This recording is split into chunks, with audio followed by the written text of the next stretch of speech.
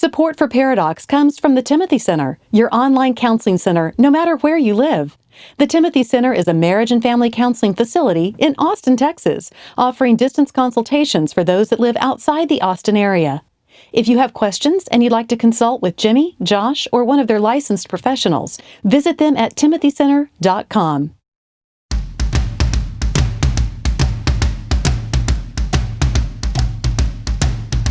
Recording live from Austin, Texas, a conversation about marriage and family that women will love and guys won't want to turn off. Dr. Jimmy Myers and Dr. Josh Myers are a paradox. Hey, everybody. Welcome to the show. Welcome to Paradox. He's Josh. You'll figure that out because as the older, more wiser, more intelligent, we sort of segregate ourselves out and people know who we are and better looking and slimmer. They can tell. Over the internet radio airwaves. You do have a smaller goozle. To go along with my turkey neck. Isn't the goozle a turkey neck? Actually, it is. Yeah. Today, we're going to talk about one of the sort of the apologetics issues.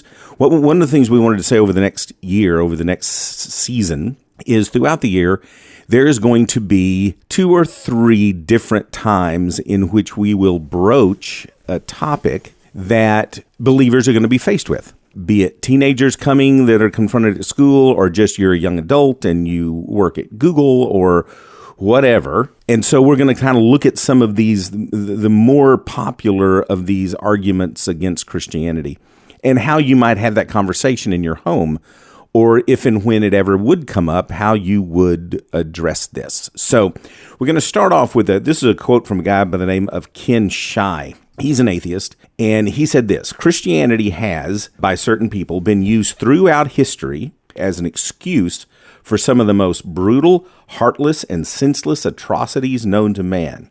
The historical examples are not difficult to recall. The Crusades, the Inquisition, the witch burnings, the Holocaust. I do not see much in Christianity that I consider to be worth the having.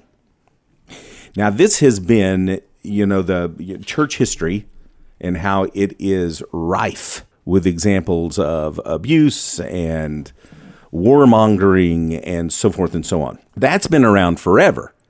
But what we're finding is that meshes pretty well with the more current view of Christianity. So people have said, but look at Christianity, look at all the horrible things in the past.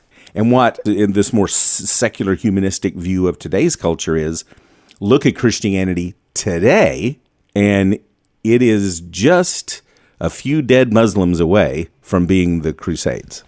Which is, so it does have a lot of parallels today. And your kid coming home asking about how oppressive Christianity is, they're not going to have a friend approach them about the Crusades. In that way, yes. It's going to be the more subtle oppressive Christianity. And what's interesting is that oppressive Christianity 200 years ago was killing people. And nowadays, oppressive Christianity is infringing on our points of view, which is interesting. It is.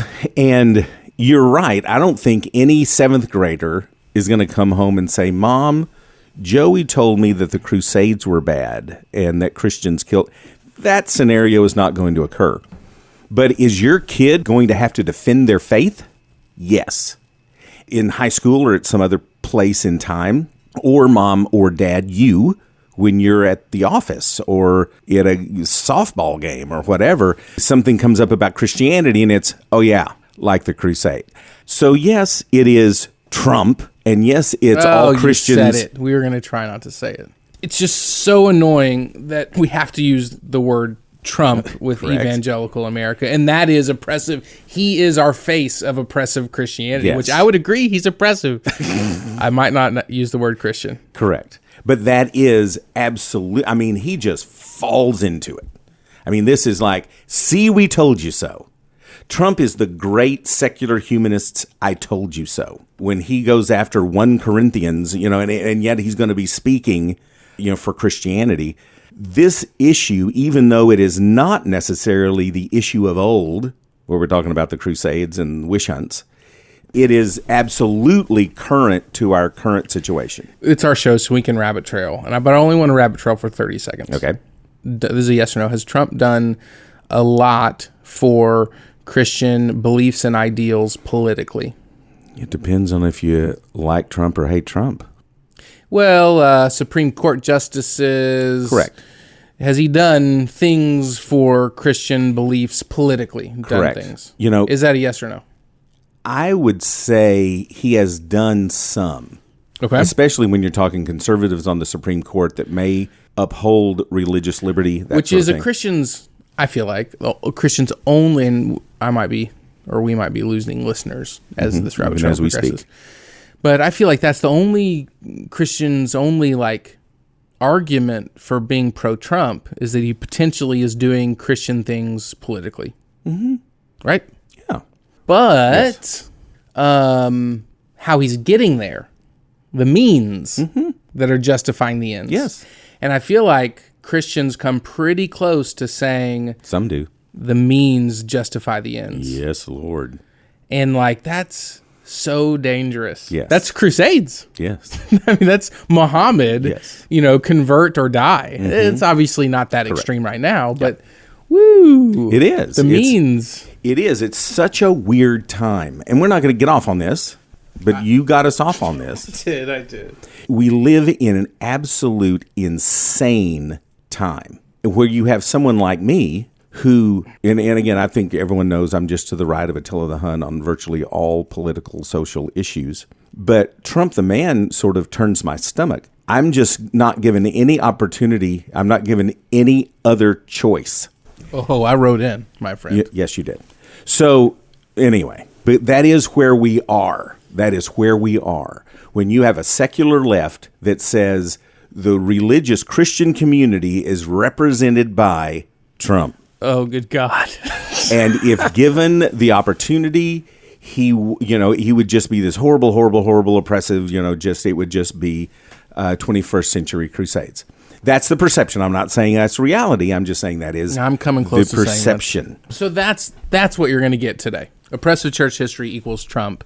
And that's what we're talking about today's episode. It is the current secular view of Christianity, which I would say is absolutely diametrically opposite of the Crusades and witch hunts, but it is still the secular humanist point of view.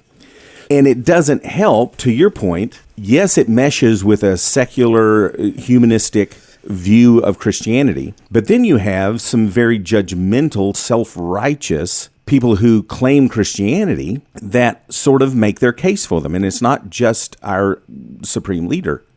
It's other people. It's Jerry Falwell Jr., who carries a handgun up and talks about shooting Muslim. I mean, there are other Christians and all it takes is one of these buffoons to say something like that or do something like that, and the entire secular humanists just go, yep. See, I told you so. See, I told you so. So that is the world in which we live. And if Christianity really was just bloodthirsty and we forced people to convert or die, well, that's ISIS. Who wants to be who wants that? No one would want that. And so, when people, secular humanists look at Christians, they just go, well, you don't seem like a murderous hate monger. You just want pregnant, women to die in childbirth. I mean, and yet that is their view. And again, there are some people in the Christian camp that are making that case. But I would say not only does Christian history not substantiate exactly that it really points to the exact opposite. And now we're getting into your answer. Yeah. If you want to answer for this is where we begin. Yeah. Because when you look at the Crusades, when you look at the Salem witch trials, or Jerry Jr. waving a gun from the podium at Liberty. Or the KKK 75 years ago. Claiming Christianity, yes. Or white supremacy. Yes. There is no defending that. You can't just go, y'all, now wait a minute. You got to have that in context. Well, there's no context. I mean, there's no defending that. And Jesus himself said in Matthew, many will say to me, Lord, Lord, and not enter into the kingdom of heaven. When you look at all of these things, to Christianity's past, slavery, especially the Jim Crow South, but then again, by the way, it was Christianity primarily that ended slavery. I would say true Christianity. Correct. Yes. I would say we have to begin with, yep, that was people that claim Christianity. But due to Christianity being Christ followers and the person we're following not being about that, I would contend that those weren't Christians. Those actions 100% contradict every word that comes out of Jesus' mouth. And therefore, there's no scripture that someone could come up with that is going to justify. I mean, even the guys coming in the garden the night before Jesus' crucifixion, they are arresting him to murder him. And Peter gets all excited, cuts off a guard's ear. Jesus heals the soldier and rebukes Peter. You can't get there. So they're in complete contradiction to every word of the New Testament and to the words of Jesus. So it's counterfeit. You don't have to defend them. People talk about the Holocaust. What a stretch to say that Hitler did that in the name of Jesus. That's incomplete and for anyone to assume. And I mean, you're showing a grotesque lack of education if you think that the Holocaust was Christ inspired, because it goes against everything. And so it's not a matter of defending the actions of the oppressors. Correct. It is arguing that they were believers at all. Yes. Now, as a secular humanist, as an atheist, defend the actions of Stalin, murdering 20 million of his own citizens. He was an atheist. You're an atheist. Defend that. If you're an atheist, hey, defend Pol Pot's actions in murdering millions of his own citizens. Defend that. I mean, if you're going to play this game, I mean, atheists have a lot more problems with their past than Christianity does, because Christianity can point back to... Which I would encourage you not to argue that. It just gets to the back and the forth that we currently have in the political spectrum.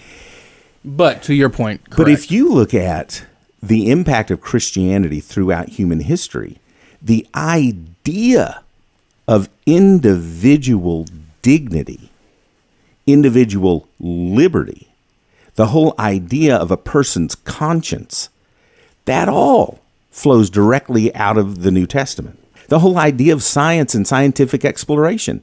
Everyone points to Galileo. And again, those were aberrations. Look at universities. Look at hospitals. Those were all begun as Christian, not religious, Christian endeavors. And people want to look at today, all science and faith are at odds. No, they're not. I mean, science literally was birthed out of the spread of Christianity. Literacy, education, medicine, charity, all of these things is really what was ushered into the world by Christianity. These are the things that are keeping with Jesus's teachings, not the Crusades. Correct. And I see a lot of overlap with this conversation and the sin and suffering and all-powerful God.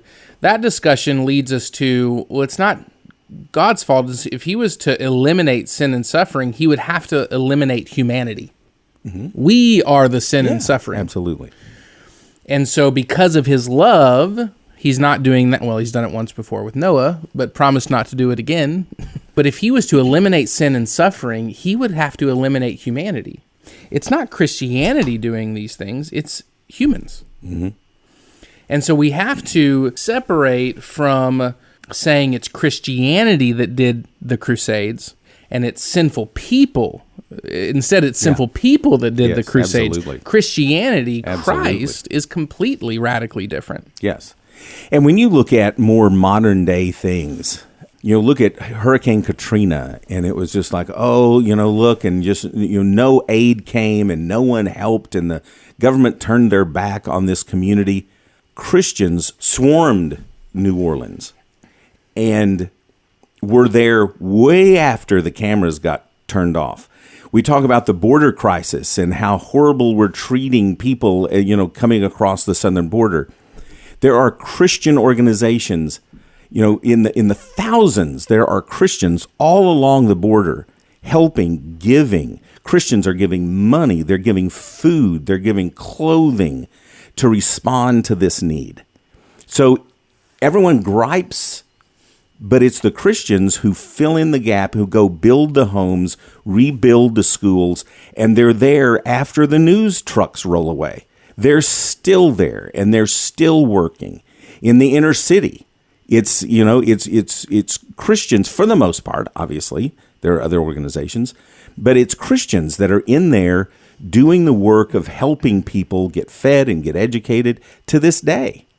So again, it's a false assumption that Christianity has and is now having a negative impact on society as a whole. Correct. It is sinful people that's doing that. Yeah. And Jesus himself said that you'll know my followers by the fruit that they produce. Yes. And what fruit did the Crusades produce? What fruit did KKK produce?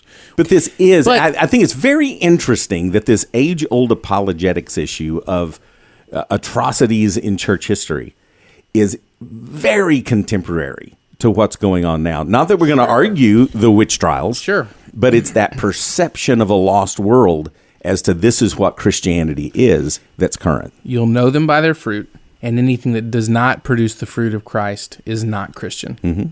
And that's your argument. Preach it, brother. And you have to begin there. And ultimately, I think long before and long after this quote-unquote argument or this quote-unquote conversation with your child and this kid that's bringing up, evangelical America today or happen to bring up the Crusades, it's not even necessarily about the conversation. It's about what fruit are you yourself producing in that child's life. Mm-hmm. It's about what fruit is your child producing in that other child's life. Yes. It's how much are you loving them before the conversation and after the conversation? How much are you caring people from a day in and day out? That's what's going to speak to a non-oppressive Christianity, is your own fruit and what it produces daily. If you want more information about this episode or anything previously, go to paradoxpodcast.com. You can also find us on our socials there. We appreciate you for listening. See ya. Bye-bye. Paradox is produced by Billy Lee Myers Jr. and researched by Dr. Jimmy and Dr. Josh Myers. For more information about our Paradox evangelist, Julie Lyles Carr, go to julielylescarr.com. If you want more details about what was discussed on today's show, go to paradoxpodcast.com.